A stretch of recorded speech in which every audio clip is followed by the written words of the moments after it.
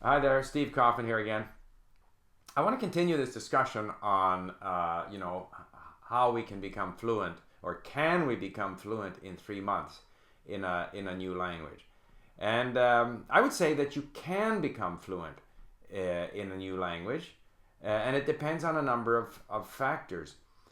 First and foremost, it depends on how similar the language is to one that you already speak. Obviously, a Spanish person learning Portuguese or vice versa, or a German person learning Dutch, these people have a tremendous advantage because of the similarity of the vocabulary.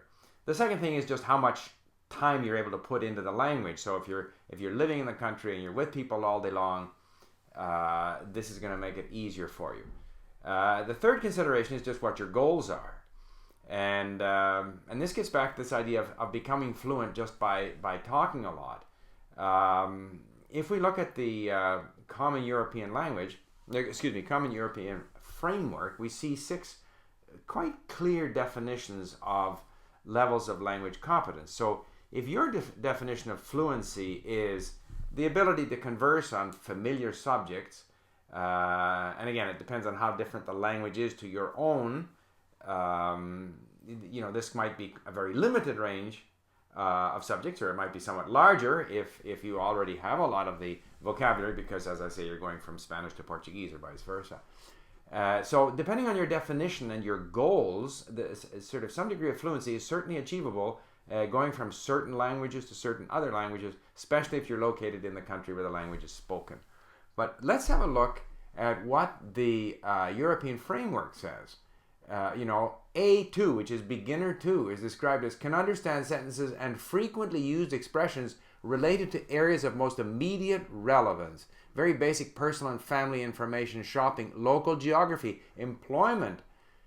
Can communicate in simple and routine tasks, blah, blah, blah.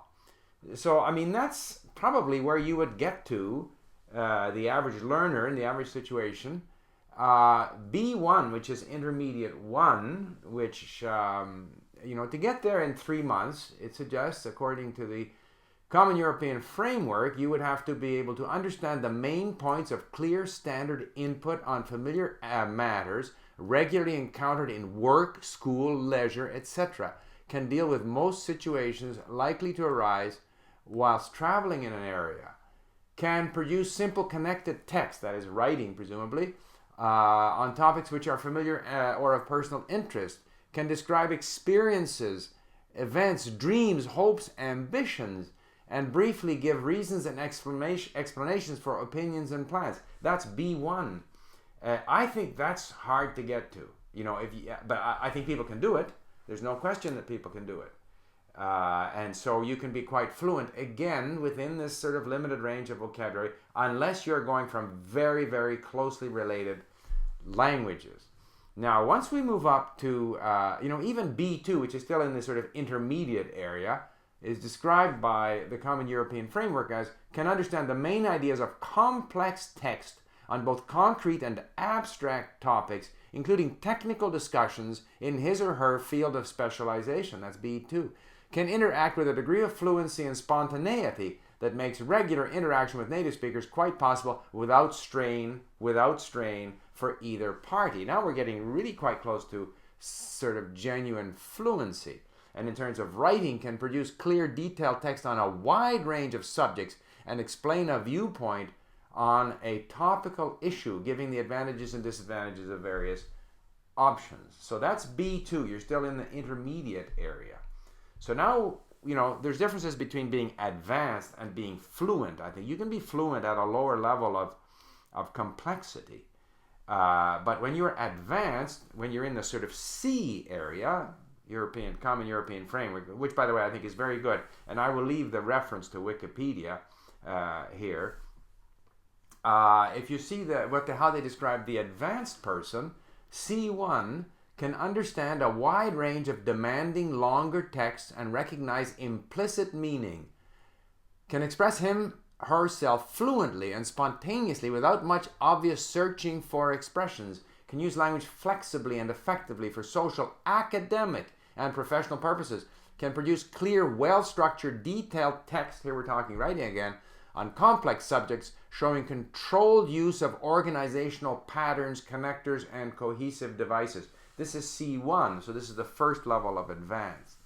And then just to finish off, C2, which is the ultimate target, which I don't think many people achieve, and I don't think that, possibly I'm there in French because I studied in France for 3 years, but C2 can understand with ease virtually everything heard or read, can summarize information from different spoken and written sources, reconstructing arguments and accounts in a coherent presentation, can express him herself spontaneously, very fluently and precisely, differentiating finer shades of meaning, even in the most complex situations. All right, so what we see here is that there should be a difference between fluency in terms of flowing, comfort level within a limited range of subject matter, and advanced learner. So can we get fluent in 3 months? It depends what your goals are. I think a lot of people, when they learn languages, I think a lot of people just want to be comfortable talking to the people that they'll meet on their next trip to Mexico. So that can be achieved, I think, fairly quickly. I think a lot of more ambitious learners, myself included, academic learners, would like to achieve, you'd like to get into that C1, C2 area. They would like to be essentially as comfortable in the language as an educated native speaker. So, how do you get there? You don't get there just by talking. And a lot of people, I know it's quite common even in Japan, people want to go to their eikaiwa class and they just want to talk. And it's my belief, and I think this is ultimately what I think is the most important point in this whole discussion, and that is that if your goal is to achieve this degree of even the B2, the advanced intermediate level, you have to do a lot of reading. And I like combining reading with listening, because after all, words were originally spoken before they were written down. And I think we learn better if we do both reading and listening. So I like to always have both the audio and the text available. Plus, listening is a lot easier to do. I can do it whenever I want. I can do it while I'm doing other tasks. Reading is more of a dedicated task. And if we look at what happens with native speakers, it has been proven through research that those people who read a lot do better. Nothing tracks to job performance and academic performance as much as how literate people are. And they divide the native speaking population into 5 sort of levels of literacy: the top 20%, the second 20%, and so forth.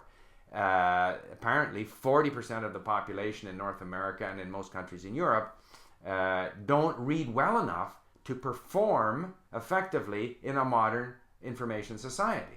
Now, the top 20% of people who read the most and the best, they do the best professionally, academically. So if that's the case for people in their native language, I think it has to be equally the case when we are talking about learning the language that those people use and wanting to perform at the level that the educated person performs at in that language. It's furthermore, I want to emphasize the connection between listening and reading.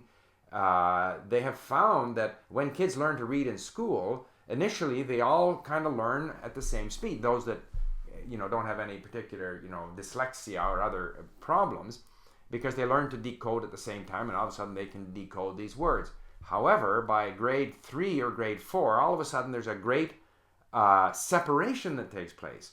And those kids who grew up in families where the parents spoke to them on a variety of subjects, they have a bigger vocabulary. And therefore, their reading takes off because they know a lot of words. As they decode, they discover these words.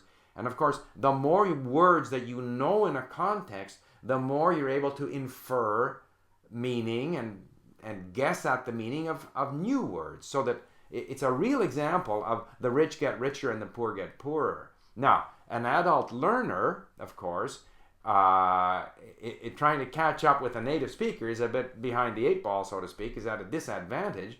However, if the adult learner is well read in his or her own language, that adult learner will have an easier time acquiring vocabulary in the new language. If you aren't even familiar with the concept the word in your own language, you'll have an awfully tough time learning it in the new language. So what I want to stress here is that to get to these levels of C1 and C2, you have to do a lot of reading, and that listening in effect supports reading, because what you're doing is you're exposing yourself to words.